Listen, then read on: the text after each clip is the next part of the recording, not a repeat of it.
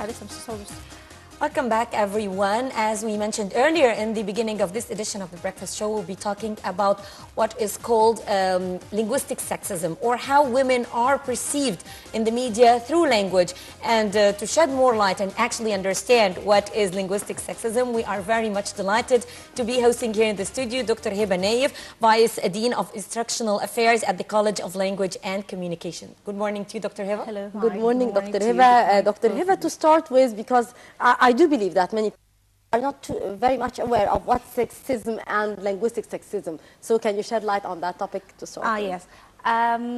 Sexism in general is what we call gender bias, in other words. And linguistic sexism is when you use language to depict women negatively. Negatively only? Yes. Yeah. Depict women, whether it can vary, actually. It can vary from just, you know, mentioning of bad insults and verbal insults against women, verbal abuse, to just saying, you know, implicitly negative things about women. And this is linguistic sexism.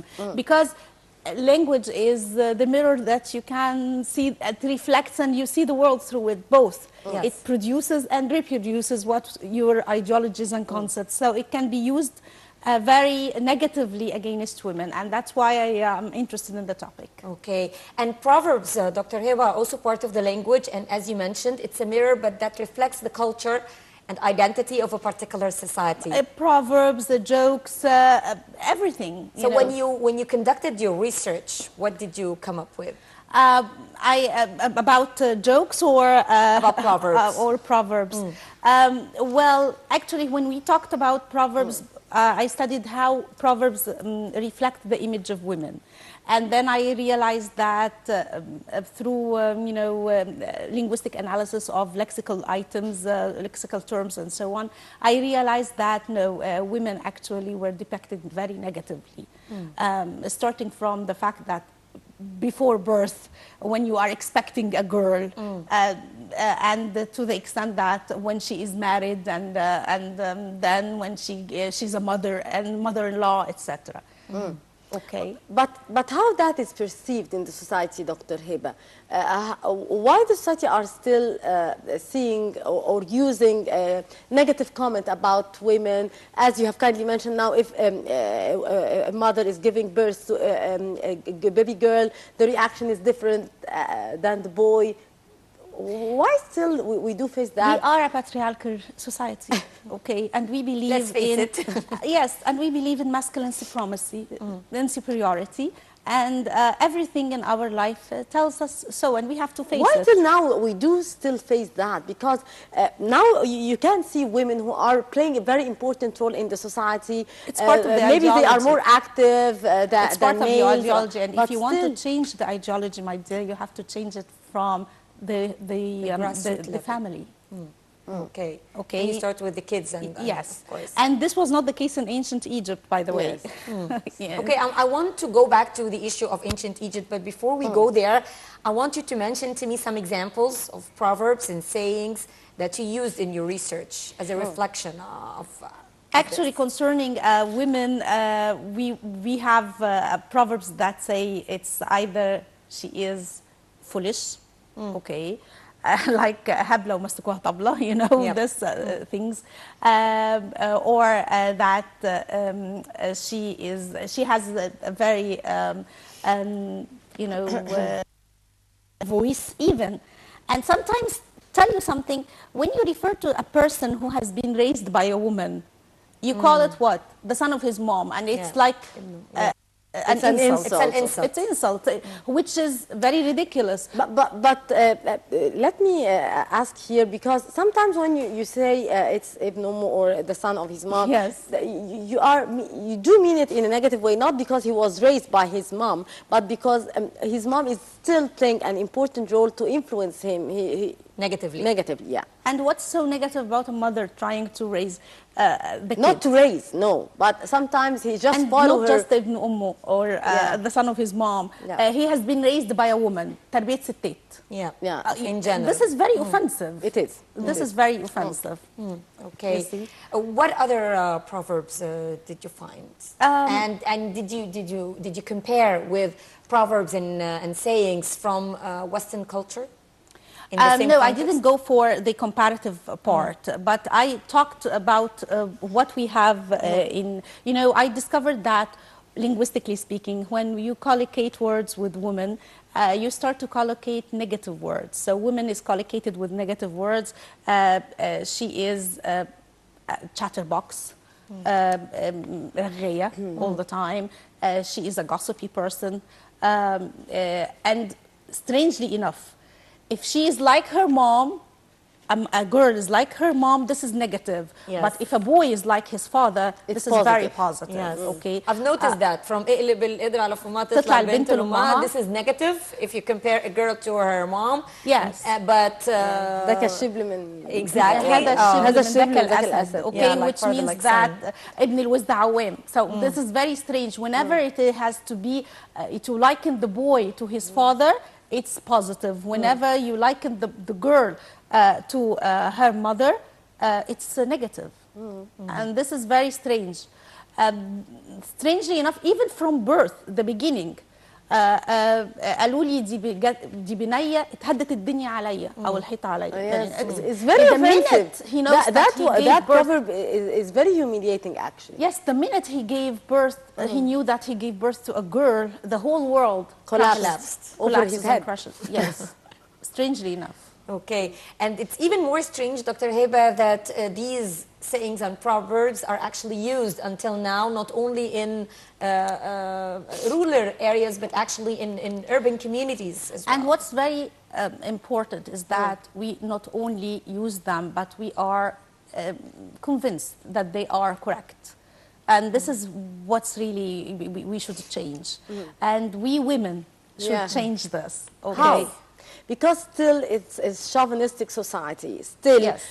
The mother is raising her boy, that there is a difference between him and his sister, that he has the power, even if he's younger, to control her action. But he is a superior Indeed. creature. A creature, yes. We have to start by convincing the mom when she is young that she is equal. But that's not the case, because as you've kindly mentioned, even in the proverb, that when a mother is giving birth to a girl, she feels bad. And after that, when she gets a boy, for example, or if she's having Yes. a boy, there is a clear differentiation in treatment between both. The girl and the boy, because boy. he is superior. She should serve him. She should get him what he wants, unlike the girl. And they should both control the action of the girl, because she's a girl and he's a boy, so they are not equal. So how can the society change this? This will take us something away from Proverbs, because Proverbs is just one facet, one Yeah. mirror. Yes, indeed. Okay, Yeah. we have more than one thing. I think it's which is more important is the daily communication, the everyday speech, in which men have the upper hand. Even women, we repeat such words, and we should stop. It starts with the usage of the first name, for example. We are so happy in the Islamic culture that women keep their father's name. Okay, we are all proud of this. But excuse me, this is not true. We keep the father's name, but we don't keep our own names. We don't use the first names. In rural areas, it's forbidden for you To call a woman To by call her her name. by her Yes, sometimes you call It's her very by offensive. her son's name or by her she husband's has to name. be the son, the mother of X, the wife of X, the daughter of X, the sister of X, the cousin of X, and X has to be all the time a man. Of course. And if she didn't even give birth to boy. a boy, they call her by Fulan, Ibrahim, for example. Even if there is no Ibrahim. in the There's first no place. Ibrahim till you get the Ibrahim. Yeah. And if you don't Sometimes. get Ibrahim, you still are called by the same name. Strangely enough, have you noticed that I did a bit of research on what's graffiti written on buses and cars and vehicle microbuses in Egypt. They have, which is very strange. Yes, I've noticed that. Yes. All the time they write the names of their daughters, which contradicts the and usually microbus drivers are not from the upper class. Of course. So and this contradicts our idea that this is actually a question mark. They are very proud of Noor al-Amoura. Princesa. Yes, maybe because Princesa Mayeda. Yes, exactly. And so on, and still, but our daily encounter with people, if you have a porter, if you have a maid, it has to be X, the mother of X. And her husband would feel very offended if, for example, in my own experience, if the supermarket guy knew her name. The girl who helps me in the house. It's very offensive to know her name. Yes. We need to culture and educate the girls that this is their names, and they have to be very proud of it. It's part of the identity, because naming is part of the identity. Indeed. I think that if we need to find solution or try to change this mindset, we should work on two main factors: education, as you kindly mentioned, Yes. and the media. Yes. Because I believe that changing the educational curriculum in favor of supporting girls at a very young age, that they should be proud of themselves as girls, proud If we of their talk about names. education, that's a completely different story, because what do you teach girls in schools? That the grammatical Arabic rules says that if you have 100 girls and 1 boy, you use the masculine form of the verb, the adjective, whatever it is. So you are teaching her that 100 girls or 1,000 girls are not equal one person, one male. And this has to be, again, dealt with, because this is something that is not normal. But it would be very difficult to change the grammatical rules. But if we take it from another aspect, talking, I mean, it's not only curriculum. It's how you raise the children in schools. I mean, kids spend more time in schools. I do not mean that we use the grammatical rule differently or we change it, but we can use it differently. I mean, in the Arabic words, we have talib and taliba, female student and male student. Why shouldn't the teacher address both? Yes. Yeah. Why should she say talaba? Okay. Why shouldn't she say talibat wa talaba? Okay. Why? Why shouldn't she? Do you do that, Dr. Hib? If they do that, that's the beginning. Actually, that's the beginning. But sometimes they say in a public, shabab word is a generic masculine word that refers to both sexes, and this should not be the case. It is. Okay, because we have shabab is masculine and shabat is feminine. So why would I address ya wulad? Why wulad? I don't know, Dr. Hiba, but recently we have been seeing on the social media a new song, which is Noor. I don't know if you did listen to it. It's very explicit to the case in the society. Amina Khalil? Yes. Yes. I haven't heard about the song, actually. Yeah. Because it do show that women are actually playing a very important role, yet they are not looked at that way. I think, let's face it, it's throughout the world, not just in Egypt. No, but in the West, we are more patriarchal than other societies.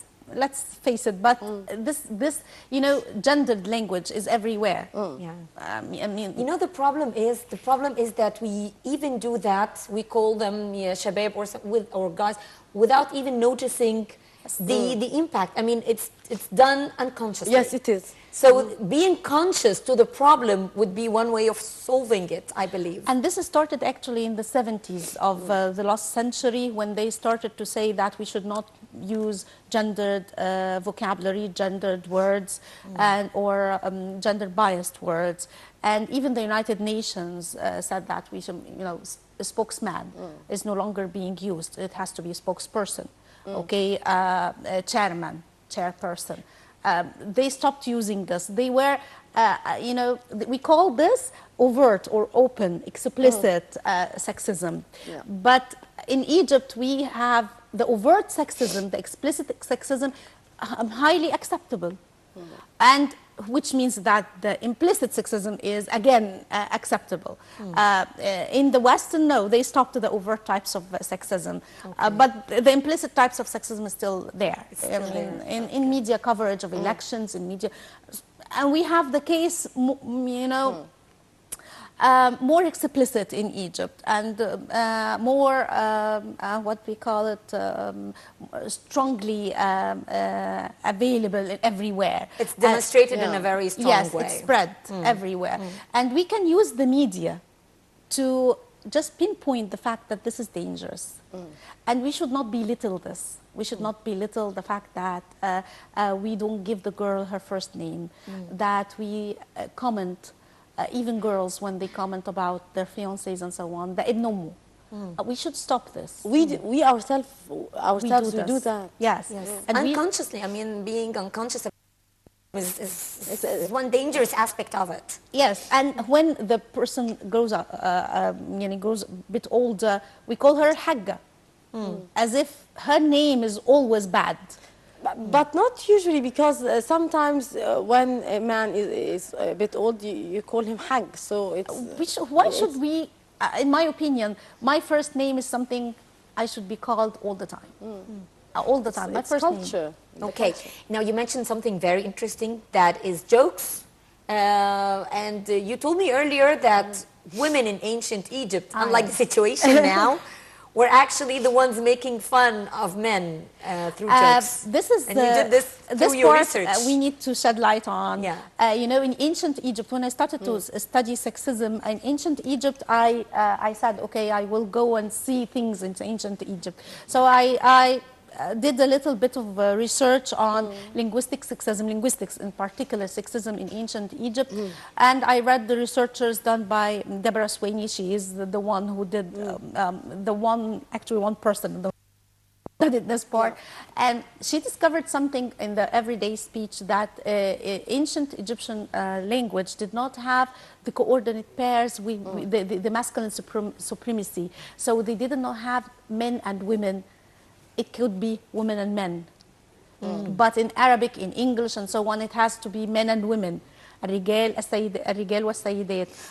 All the time, men have the supremacy. This was not the case. But in Arabic, it's السيدات والسادة. No, this is only when addressing something. Yes, in English, ladies and gentlemen. Yes. But only in the polite way of address. But grammatically speaking, the coordinate pairs in both English and Arabic has to be you do not say الطالبات والطلبة. You say الطلبة والطالبات. But did you find something very peculiar about ancient Egypt? About yes. ancient Egypt?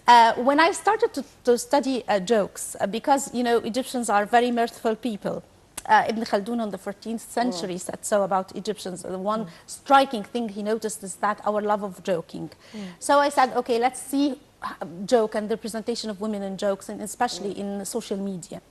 And when I went back to the pharaohs, I studied and I discovered that women were not the focus of joking or jokes in ancient Egypt. It was actually more the foreigners and the social status in ancient Egypt, which was the focus or the target of irony and jokes. And there were two common, two very famous sexist jokes in ancient Egypt. The first one, which is regarded as one of the top 10 oldest jokes humankind knew. It's called the blind woman joke. Okay. What is that? It goes back to the 1099 or 1069 before Christ, which means around 3,000 years ago. And it goes like this. Mind you, jokes are something culturally based. So what we find funny now may not have been funny in the past, and vice versa. Of course. But this one in particular, people still laugh at it. So it survives. It says that one woman was blind in one eye, and after 20 years of marriage, her husband wanted to marry somebody else. So he told her, I'm going to marry someone because you are blind. So the witty women said, it took you 20 years to discover that I'm blind. Who is the blind person? Yeah. Oh. Okay. So Ouch. she is depicted here Yeah. as witty, as intelligent. That's the woman. That's the famous sexist joke in ancient Egypt. Another one dates to the 11th century or late 12th century before Christ, and it goes like there is a drawing that shows a queen and a king, and they are targeting arrows to one another. And they say that at that time it was not common for women to have violent physical action. But she is depicted as a man, which is funny for ancient Egyptians, but still she is the powerful person. Yeah. You know, that's completely different than the image we have in our jokes right now. Okay.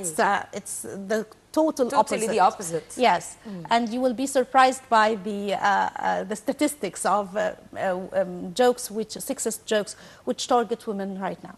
Indeed.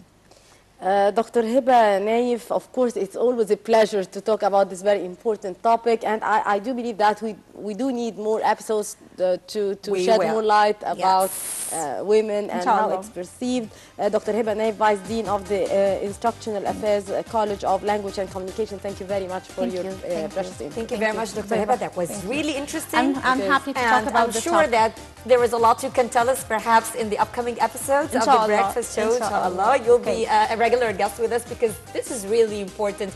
And we talked about the role of the media in discussing this. So and I believe we want this to start from Nile TV. We want people to stop using. We want foreigners to know more about how we are against this. We as Egyptian women, we totally oppose this, and we study this on scientific basis, and especially the statistics. Next time when we talk, we will get some statistics and some examples and charts and so on.